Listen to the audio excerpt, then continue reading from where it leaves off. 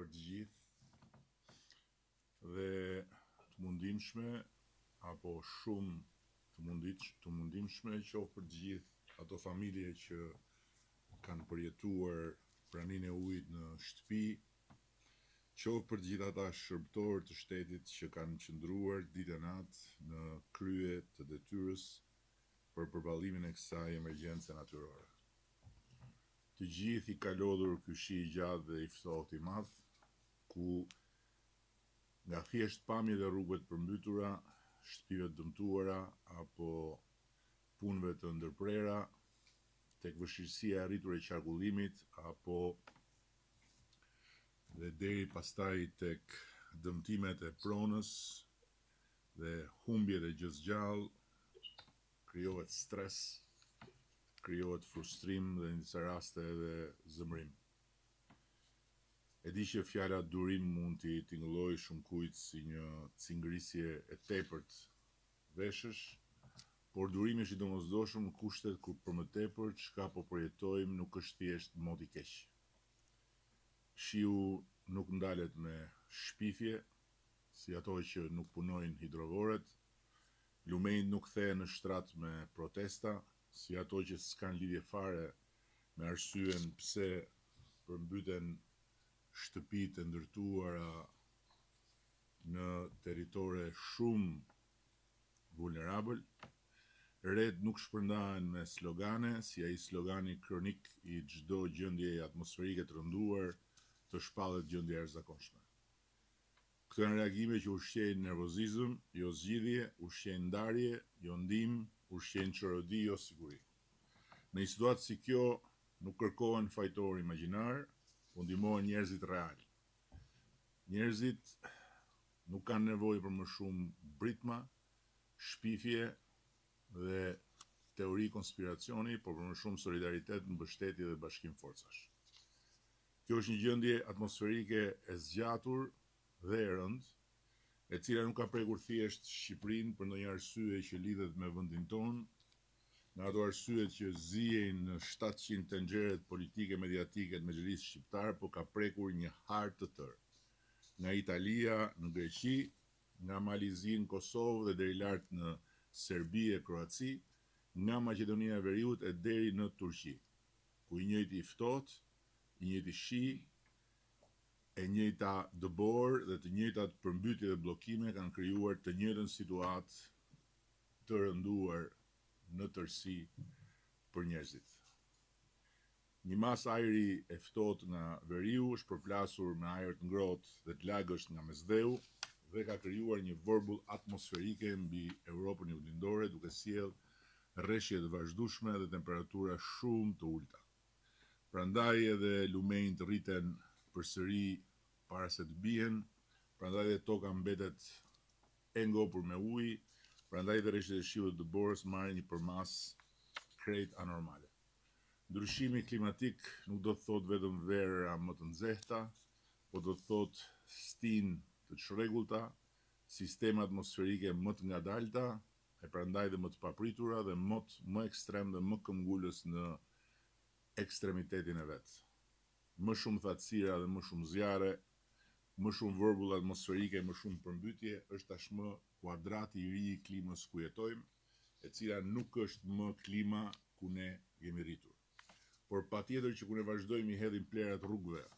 apo kur vazhdojmë i vëmë zjarrin pyjeve, pasojat e gjithë këtij ndryshimi klimatik rëndohen ende më shumë, siç u rënduan ende më shumë në Shkozet dhe jo vetëm prej prurjes maramëndse të plastikës së mbledhur rrugëve nga lumenjt e dal nga shtrati që taposi kanalet e mëdhenj kullus. Aktualisht në të gjithë vendin janë ulur sasitë e rreshjeve të matura deri së fundmi, përjashtuar Durrësin ku janë regjistruar 41 mm shi. Një punonjës i bashkisë së Durrësit 54 vjeç është gjendur i mbytur pasi është raportuar i humbur një ditë më parë. Deri tani janë në rang vendi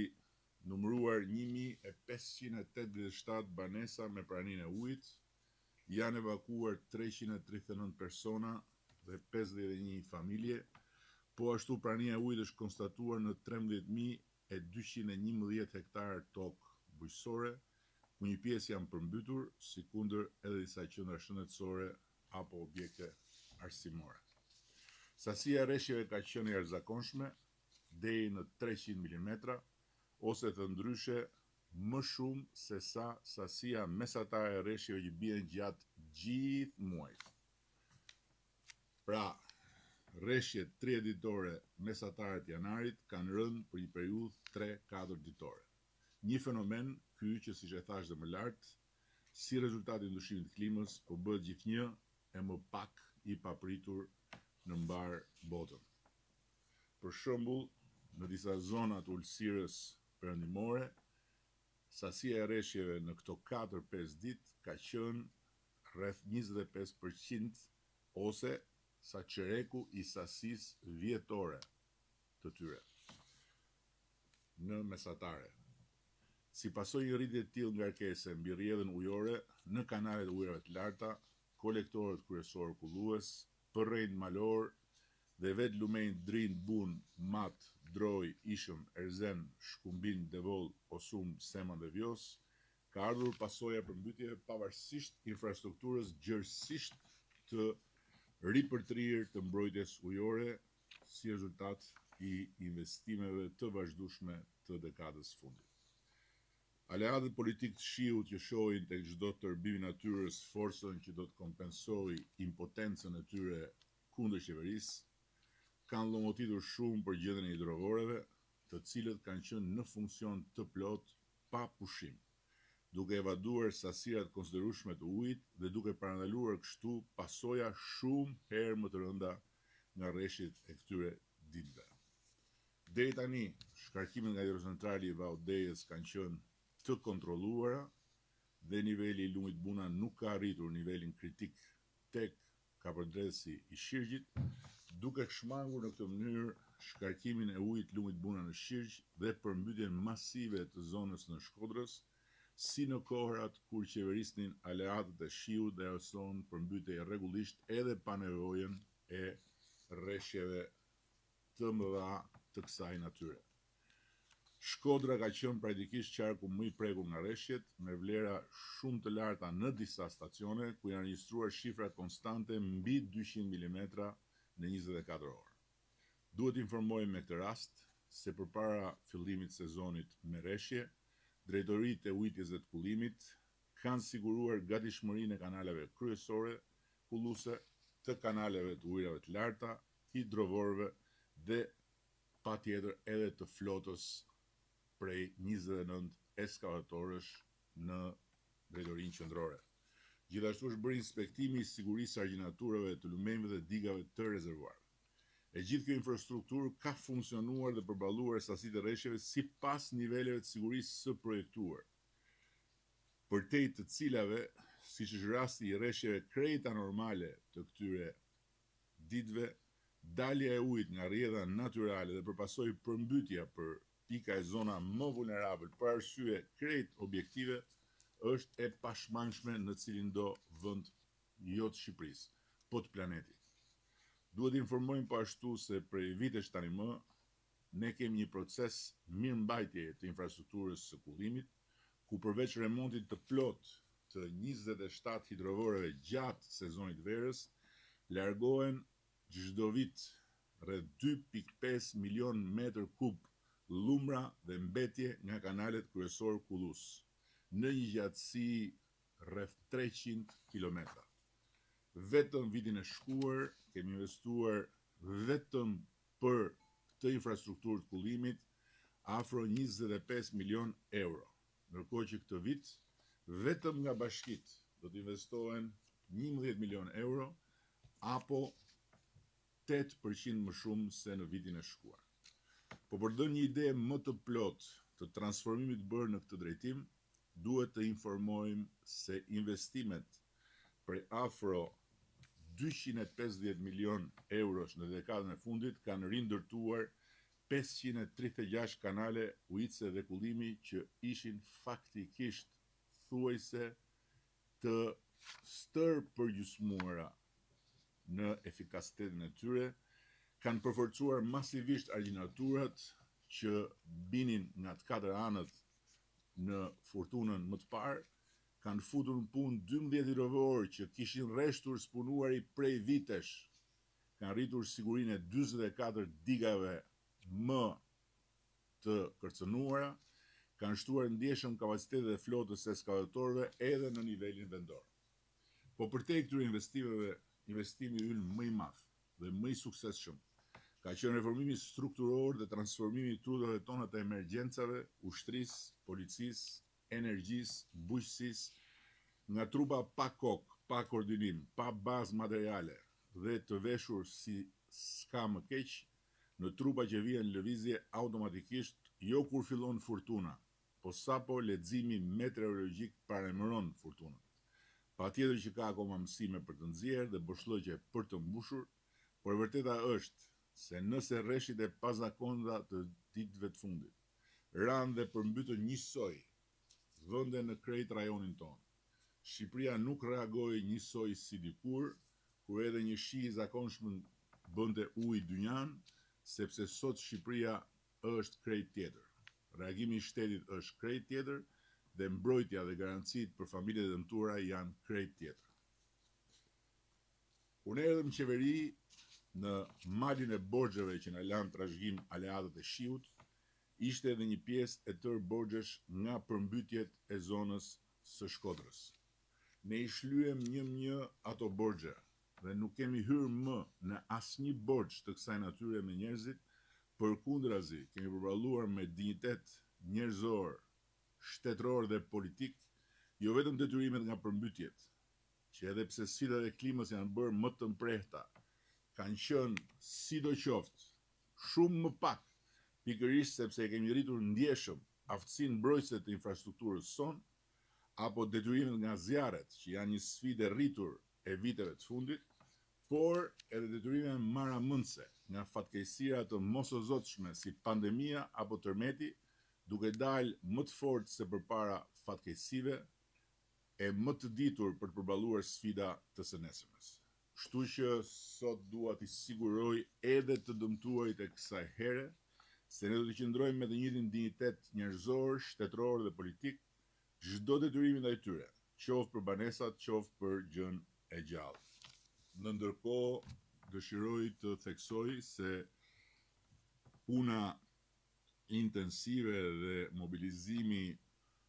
i pandalur 24 orë në të gjithë territorin ku është nevoja e të gjitha strukturave të shtetit, si dhe e bashkive,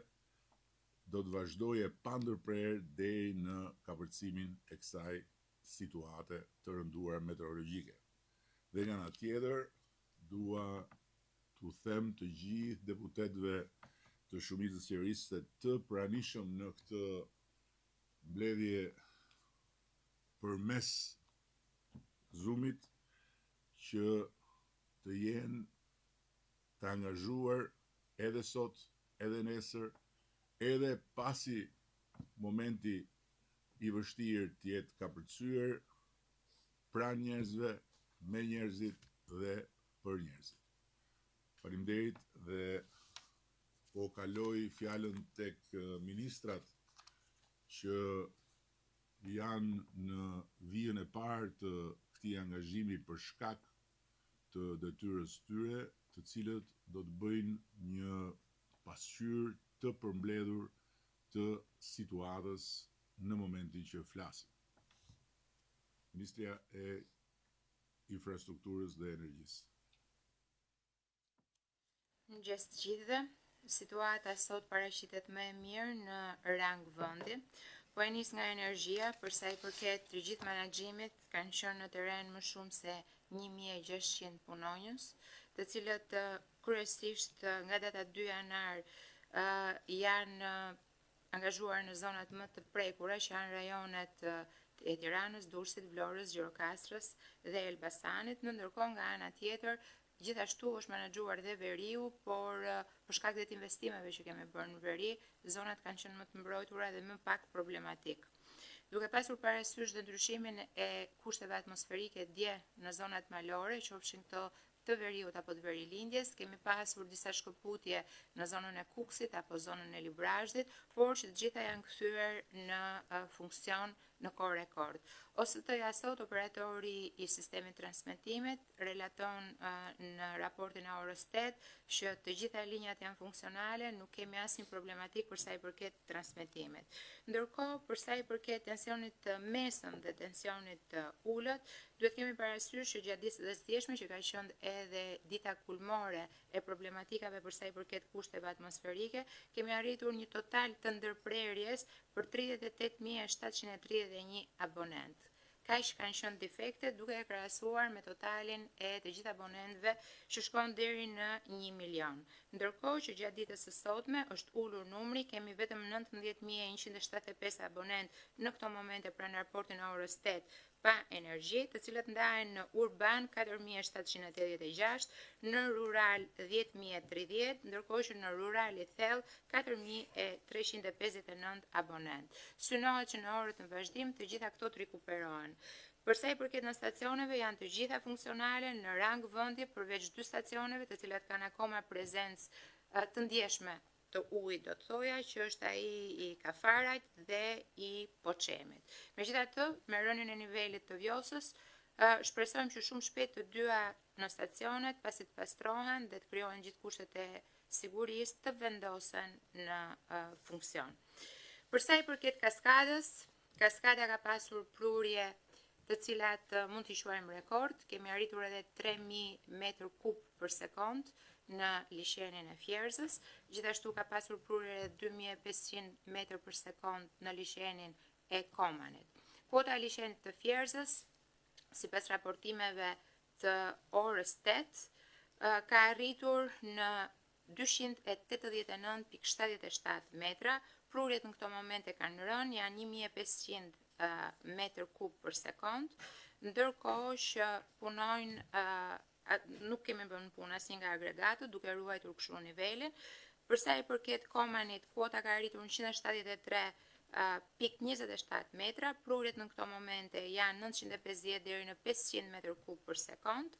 ndërkohë që kemi një agregat në punë, ndërkohë që në vallën e Dejës kuota ka arritur 74.94 metra, prurjet në këto momente janë nga 690 deri në 60 m3 për sekond, kemi prurjet kontrolluara tashmë pa asnjë problematik për hapjen e portave, në ndërkohë janë në punë të 5 agregatët. Sigurisht, duke pasur parasysh edhe vazhdimsinë e kushteve atmosferike, si forcat e armatosura, ashtu edhe aviacionit civil, kanë njoftuar që do ketë rreshtje edhe gjatë ditës sotme, por janë rreshtje mesatare dhe me prurje të ulta. Nga ana tjetër ne presim që gjatë mesnatës sonte të ketë një agravim të rreshtjeve, por kuotat na lejojnë që të menaxhojmë gjithë situatën duke mos shkarkuar pra në mënyrë të pakontrolluar në fushë kodër. Përsa i përket akseve rrugore, akset rrugore janë të gjitha funksionale. I referojmë këtu akseve kombëtare, jemi në ndjeni gjithashtu që ka pasur problematika në akset rurale të cilat mirëmbahen kryesisht nga bashkit, ka pasur një angazhim për të ndihmuar edhe bashkit nga autoriteti rrugor shqiptar dhe nga të gjithë kontraktorët. Kryesisht ka pasur aluvione, ka pasur inerte, të cilat kanë zbritur nga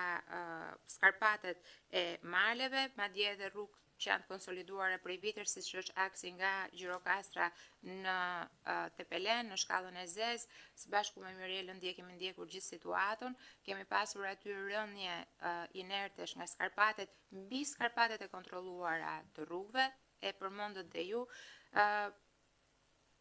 Fakti që kemi pasur shumë zjarre, fakti që ka mungesë bimësie në zonën e jugut e ka bërë shumë sfiduese situatën për mirëmbajtjen e rrugëve, megjithatë i gjithë territori është i aksesueshëm. Unë do përfitoja nga rasti për të bërë një thirrje, duke qenë se temperaturat janë ulur ndjeshëm 24 orët e fundit, kërkohet që të gjithë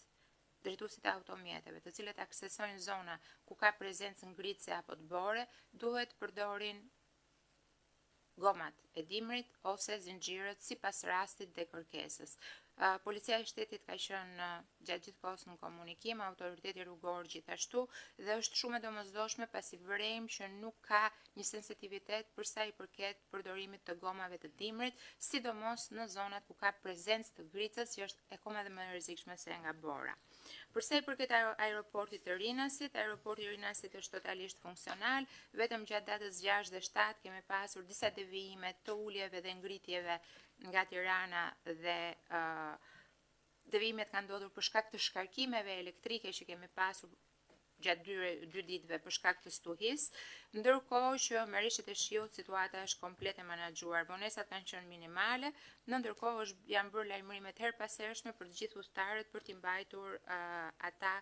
në një informacion dhe për të mos pritur gjatë. Përsa i përket portit Durrësit ka qenë funksional, nuk kemi pasur problematika dhe vonesa, ndërkohë që në ditën e sotme në ulësirën perëndimore presim rritje të shpejtësisë së erës.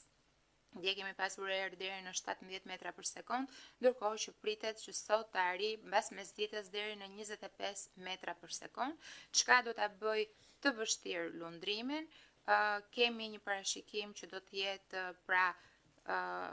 do të përballemi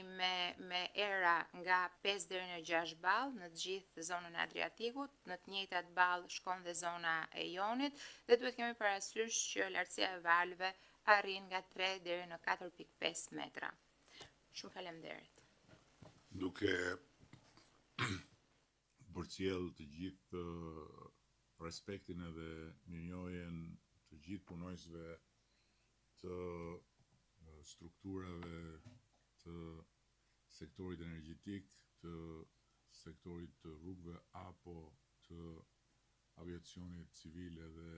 të autoritetit portual, i përcjell edhe fjalën Ministrit Mbrojtjes. Faleminderit kryeministër. Të nderuar kolegë, shkurtimisht një raport situate për sa i përket angazhimit të forcave dhe gjithë zinxhirit të emergjencave civile në terren. Rritja e gatishmërisë ka nisur që në datën 3 janar, që nga prognozat e para, ku dhe kërkua mobilizimin e prefekturave, bashkive dhe gjithë zinxhirit të mbrojtjes civile në territor. Forcat armatosura u angazhuan që ditën e hënë dhe në rotacione 24 orëshe kemi pasur angazhimin e 502 forcave në terren, gjenden edhe tani në terren, 80 mjete,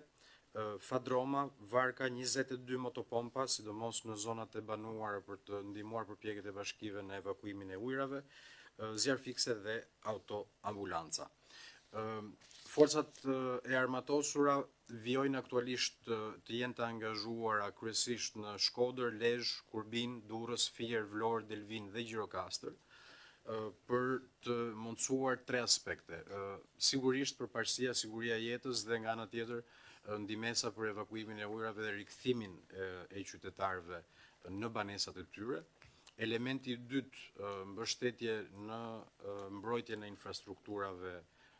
kulluese në bashkëpunim me Ministrinë e Bujqësisë dhe me bashkitë, dhe elementi i tretë ka të bëjë me rehabilitimin e disa akseve. Forcat xheniere janë gjithashtu të angazhuar në këto momente nga Shkodra, Kurbini, Durrësi, Delvina dhe së shpejti edhe në Tepelen, për të mundësuar qoftë rehabilitim urash, siç e kemi bërë në 2 raste në këto 24 orë, qoftë rehabilitim aksesh rurale, pasi akset nacionale, siç e përmendi zëvendës kryeministri, janë absolutisht të kalueshme, por vështirësitë në akset rurale vijojnë edhe në këto momente. Nga ana tjetër, për sa i përket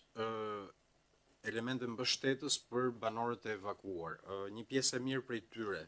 aktualisht 460, gjenden të akomoduar në struktura shtetërore, ndërsa pjesa tjetër janë në struktura hoteliere, dhe përfitoj nga rasti të falenderoj strukturat hoteliere të Durrësit dhe të Vlorës që kanë treguar gatishmëri dhe mbështetje. Në ndërkohë, rezervat materiale të shtetit, duke parë parasysh nevojat e bashkive edhe kryesisht atyre të Durrësit, Krujës, Thumanës, pjesën e Thumanës në Krujë, Sikundër dhe në Vlorë dhe në Gjirokastër, kanë mundësuar dislokimin qoftë të pakove ushqimore, qoftë të materiale për fjeti, krevat, element mbështetës të tillë. Sikundër në rakordim me Ministrinë e Bujqësisë, dhe me shërbimet e veterinarisë që kanë mbështetur në evakuimin e krerëve nëpër ferma, kemi mundësuar transportin dhe shpërndarjen në orët në vijim të 400 ton koncentrat për baktit. Këto janë elementët e angazhimit në terren i cili vijon nga ana operacionale në këto momente. Parashikimet për orët në vijim janë që duhet të kemi jo vetëm angazhim në rikthimin në normalitet në banesa, por gjithashtu një angazhim logjistik masiv, qoftë nga bashkitë, qoftë nga emergjencat civile dhe forcat armatosura për evakuimin e dherave dhe inerteve përpara se ato të ngurtësohen, në mënyrë që të mos kemi vështirësitë akumuluara nga rikuperimi i situatës meteorologjike. Gjithashtu element për të theksuar, parashikimet ligjore për procesin e kompensimeve janë në zbatim e sipër, bashkitë kanë krijuar grupe evidencash, më shumë se 1300 akt konstatime dëmesh vetëm në Durrës, dhe do të vijojmë pastaj me organizimin e një pakete kompensimi siç ka filluar puna në bashkëpunim me Ministrinë e Financave, por besoj kolegët do të saktsojnë këto element në vijimsi. Përfitoj nga rasti të ritheksoj dhe unë elementët e rëndësishëm për zonat bregdetare, era e fortë që nënkupton kujdes të shtuar, me preferencë sigurisht emergjencat civile bëjnë thirrje që banorët mundësisht të qëndrojnë në banesat e tyre dhe të mos kenë përdorim të automjeteve në këto orë të vështira të erës së fortë gjatë pasdites së sotme. Ju faleminderit. Faleminderit, duke përcjell shprehjen e respektit mirënjohjes të gjithë trupave të emergjencat civile, të forcat armatosura, të angazhuara në terren me organizim, disiplinë dhe koordinim, do thosha shëmbullor, i përcjell fjalën Ministrit të Bujqësisë. Shumë faleminderit Kryeministër, përshëndetje të gjithëve. Sipas situatës cilët ne është paraqitur në ditët e fundit, ne kemi qenë terren së bashku me të gjithë grupet e punës ndaj Ministrisë së Bujqësisë, ku kemi ngritur grupet e verifikimit në gjithë zonat e prekura në evidentimin e saktë të dëmeve. Veterinarët zyrtarë janë duke ofruar asistencë vazhdueshme për gjithë zonat e prekura dhe ato të cilat janë në nevojë për të bërë evakuime të nevojshme së bashku me Ministrinë e Mbrojtjes, ku kemi bërë evakuimin e disa fermave të rrezikuara, por edhe ato të cilët kanë pas nevojë për ndërhyrje me ushqim në kafsha, po të cilat ne kemi dhënë asistencën tonë. Hidrovorët janë në një gatishmëri ku kanë funksionuar normalisht në të gjithë Shqipërinë, gjë e cila na ka ndihmuar edhe në të gjithë procesin i cili ka qenë në lumet dhe në procesin që kemi pasur këto ditë. Po punojmë për hapjen dhe pastrimin e kanaleve kulluese, ku atje ku kemi pas nevojshme me gjithë eskavatorët, ku kemi rreth 29 eskavatorë në gatishmëri në nivel kombëtar, ku i kemi pas në zonat kryesisht të prekura ndaj përmbytjes, ku të gjithë eskavatorët kanë qenë në gatishmëri 24 orë për të monitoruar dhe për të pasur në një mundësi ndërhyrje në zonat e cilat kemi bërë edhe në argjinaturat, ku në argjinaturën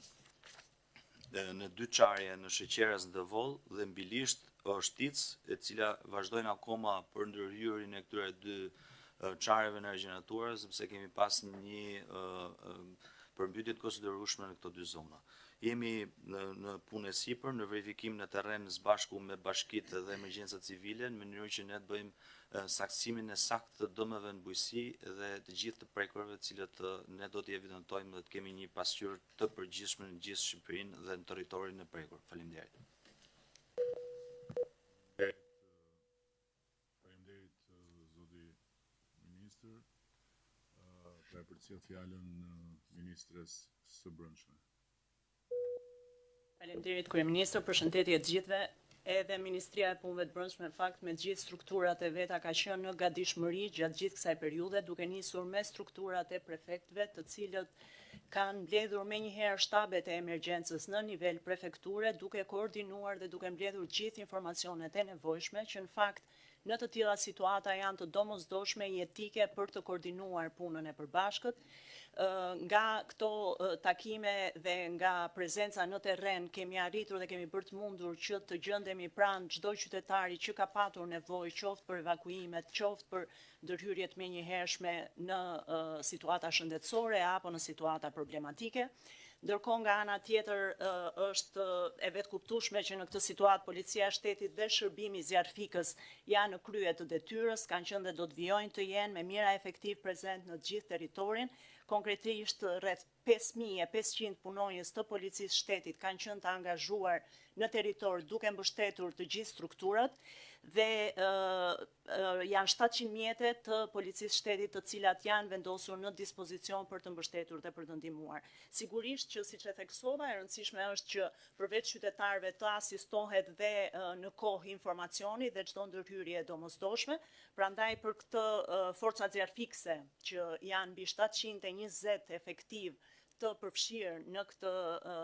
në terren, të angazhuar në këtë situatë, kanë kryer dhe ata rolin e tyre sa i përket misioneve jetëshpëtuese. 55 automjete zjarfikse në dispozicion, 22 pompa thithse angazhuar në zonat problematike, sigurisht që zjarfiksit edhe për shkak të formimit të tyre edhe të natyrës punës që kanë qenë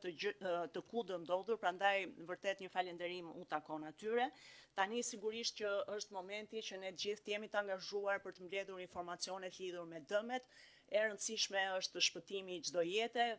Fatmirësisht nuk kemi pasur problematika në këtë drejtim, do vazhdojmë të jemi në monitorim të situatës. Faleminderit. Faleminderit ministre. Tani duke shprehur edhe në drejtim të forcave të angazhuara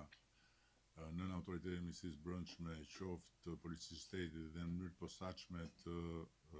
zjarfiksëve të gjithë respektin dhe mirënjohjen përkatëse, ja përcjell fjalën ministrit të shtetit për pushtetin mendor. Faleminderit kryeministër, përshëndetje të gjithëve. Po ashtu të gjitha bashkitë, të gjitha qarqeve të prekura nga rreshtet e fundit kanë qenë totalisht angazhuara dhe në koordinim plot me gjitha agjencitë kombëtare. Unë do doja të falenderoja këtu strukturat e prefekturave, por jo vetëm dhe përfaqësues të agjencive kombëtare, të cilat në ndihmë të bashkive kanë arritur që t'i përgjigjen spari objektivave të parë që ishte shpëtimi i jetëve në ato momente dramatike dhe më pas patjetër ruajtja e infrastrukturës dhe mbi të gjitha përgatitja për sa i përket hapave të mëpasshëm, duke filluar me grupet e punës që kanë të bëjnë me evidentimin e dëmeve dhe po ashtu duke angazhuar tashmë në një tjetër po e quajmë sfidë që tashmë bashkitë kanë për garantimin e aksesit të zonave të thella për shkak të rreshjeve të borës që ne kemi në territor. Unë do doja të falenderoja të gjithë kryetarët e bashkive dhe patjetër të gjithë stafet në nivel lokal, të cilët kanë qenë nga dishmëri të plot dhe së bashku me gjithë trupat e ushtrisë, me emergjencat civile, janë përgjigjur kësaj situate jo të zakonshme. Faleminderit. Faleminderit ministër. Një aspekt gjithmonë delikat i situatave të tilla është aspekti që ka të bëjë me garantimin, por njëkohësisht edhe me sigurinë e procesit mësimor, kështu që po e përcjell fjalën ministres së arsimit për të thënë nga këndvështrimi i Ministrisë së Arsimit çfarë duhet patur parasysh tani edhe në vijim lidhur me pikërisht vazhdimin e procesit, por nga ana tjetër edhe sigurinë që është e para në këtë rast për fëmijët dhe nxënësit. Faleminderit kryeministër, kemi qenë në kontakt jo të përditshëm, por në çdo orë në mënyrë kapilare me çdo drejtor shkolle në të 1510 shkollat e Shqipërisë në sistemin parauniversitar nga Veriun Jug dhe në kontakt me të gjithë mësuesët nëpërmjet gjithë rrjetit të komunikimit. Praktikisht në raportimin e fundit midis orës 7 edhe 8 të mëngjesit sot, situata është si më poshtë. Në gjithë qarkun e Tiranës mësimi ka filluar rregullisht në të gjitha shkollat. Kemi në qarkun e Durrësit një ndërprerje të përkohshme në rreth 12 shkolla, më së shumti në Krujë, Suks, Katundiri, Durrës, dhe në Universitetin Aleksandër Mosiu të Durrësit është ndërprerë mësimi këto 3 ditë, sepse aksesi ka qenë i vështirë për fal bashkëpunimit në forcat e armatosura, po kthehet gjithçka në normalitet dhe janë njoftuar gjithë studentët që të hënë fillon mësimi normalisht. Në qarkun e Dibrës mësimi gjithashtu vazhdon normalisht, në qarkun e Lezhës dhe të Shkodrës është gjithçka në rregull dhe mësimi ka filluar edhe sot normalisht në të gjitha shkollat. Në më problematike është situata në qarkun Vlorë, Gjirokastër dhe Fier, ku kemi rreth 10 shkolla ku sot kemi pas ndërprerje të përkohshme të kontrolluar. Këtë e bëjmë për, siç e thatë dhe ju, për arsye sigurie. Në radhë të parë për nxënësit, jemi në kontakt me të gjithë mësuesit dhe me të gjithë prindrit, por edhe për ata mësues të cilët ju duhet të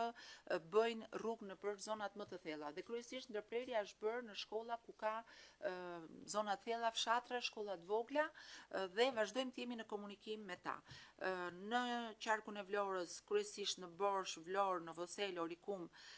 Ferras, Lushnje dhe në Fier, dhe në qarkun e Gjirokastrës në Ballaban dhe Piskov. Në pjesën tjetër mësimi vazhdon normalisht. Edhe në bashkinë e Gjirokastrës, ku ditën e mërkurë kemi pasur ndërprerje të përkohshme, jo sepse shkollat kishin probleme si objekte, por sepse prurjet e inerteve ishin kaq masive nga malet në rrugët e bashkisë Gjirokastër, kështu që për arsye sigurie u ndërprej përkohësisht, por situata u kthye në normalitet brenda disa orëve fal bashkëpunimit të forcave të armatosura, bashkisë dhe emergjencave civile. Thashë në Lezhë dhe Shkodër gjithçka vazhdon normalisht, në qarkun Korç, Berat dhe Elbasan janë rreth 32 shkolla, në Skrapar, Kolonjë, Librazh, Gramsh, Pogradec, Labinot Mal, të gjitha këto në zonat malore të thella dhe në shkolla vartësie kryesisht që ndodhen në zonat vështira, ku për shkak të ngritjes kemi menduar që të mos rrezikojmë as mësuesët dhe as nxënësit që duhet zhvendosen. Kjo është situata për momentin. Në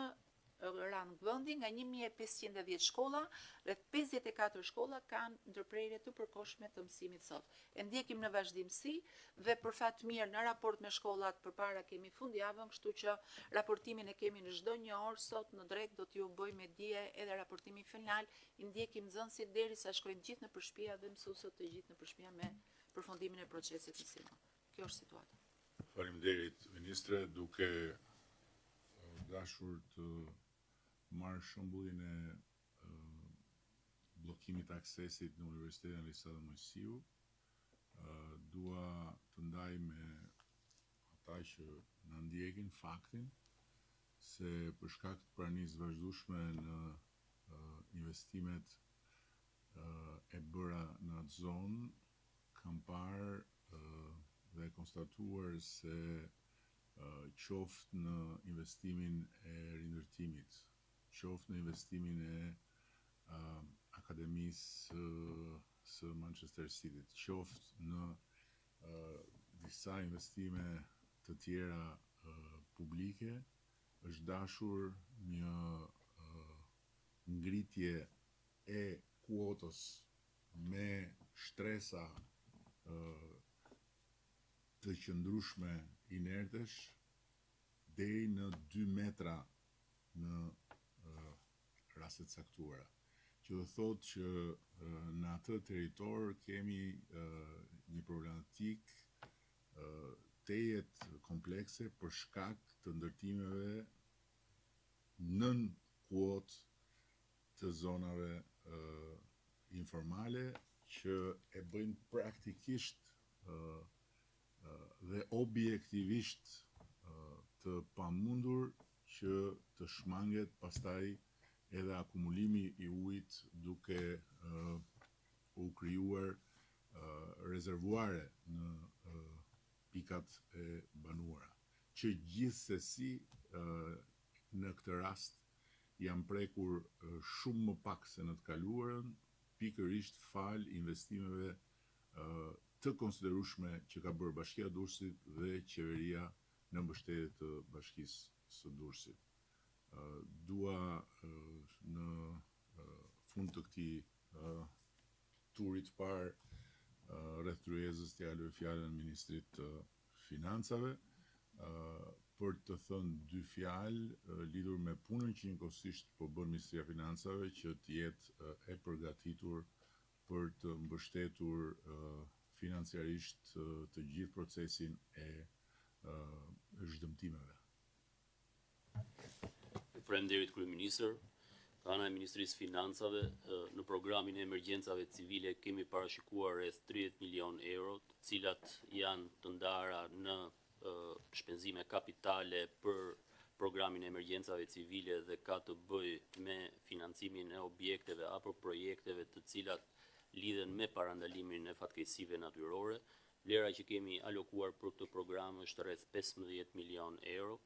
Nga ana tjetër, kemi planifikuar edhe fondin e kushtëzuar për emergjencat civile, që është rreth 10 milion euro dhe është një transfer të kushtëzuar që menaxhohet nga Ministria e Mbrojtjes dhe do të shpërndahet për njësitë e vetëqeverisjes vendore, sipas një metodologjie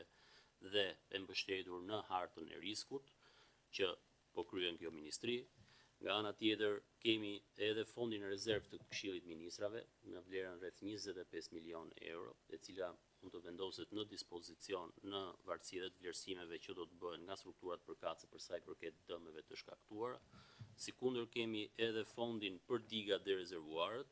i cili është një fond për shpenzime kapitale dhe lidhet me financimin e projekteve që lidhen me sigurimin e digave dhe të rezervuarëve. Dhe ky fond është rreth 5 milion euro.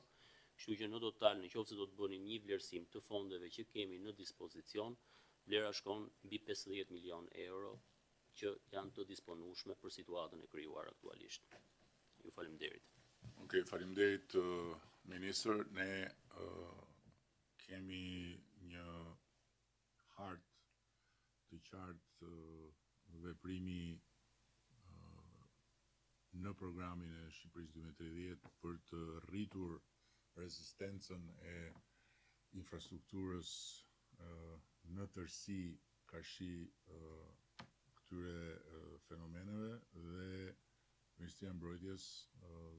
duke u inkuadruar në kornizën e re të vendosur nga NATO ka pjesë të funksionimit saj edhe elementin e pikërisht qëndrueshmërisë që lidhet drejt për drejt me infrastrukturën kritike dhe këtu jemi në kushtet kur flasim për infrastrukturën kritike, kështu që në bashkëpunimin e ngushtë të Ministrisë Mbrojtjes me Ministrinë e Infrastrukturës apo me Ministrinë e Bujqësisë lidhur me pikat ku duhet të ndërhyrë, do të bëjmë që çfarë është programuar për vitin 2026 të riprogramohet edhe për të adresuar këto pika ku kanë ndodhur dëmtime. Dhe njëkohësisht të vazhdojmë me planin e punës të këtij mandati në mënyrë që të çojmë deri në fund të gjithë procesin e transformimit të kësaj infrastrukture nga një infrastrukturë që deri dje ishte thuajse inekzistente dhe boll shikosh sasinë e hektarëve të mbuluar nga uji sot pas gjithë kësaj lemerie atmosferike dhe sasitë që mbuloheshin nga uji të hektarëve në të kaluarën për të kuptuar ndryshimin e pakrahasueshëm. Shumë faleminderit. Një cikël i dytë ndërveprimi do të bëhet mes autoriteteve këtu të pranishme dhe kryetarët bashkive, por edhe deputetët janë të mirëpritur të bëjnë konstatimet e tyre, ndërkohë që po e mbyll duke ju kërkuar deputetëve edhe një herë që të jenë të pranishëm në të gjitha zonat e tyre të përkujdesjes ndaj njerëzve, jo zgjedhësve, po njerëzve, pa dallim, dhe të bashkëpunojnë ngushtësisht me kryetarët e bashkive dhe me strukturat në territor për të bërë të mundur që gjithë procesi i zhdëmtimit të jetë një proces sa më i plot, sa më i drejtë dhe sa më efikas.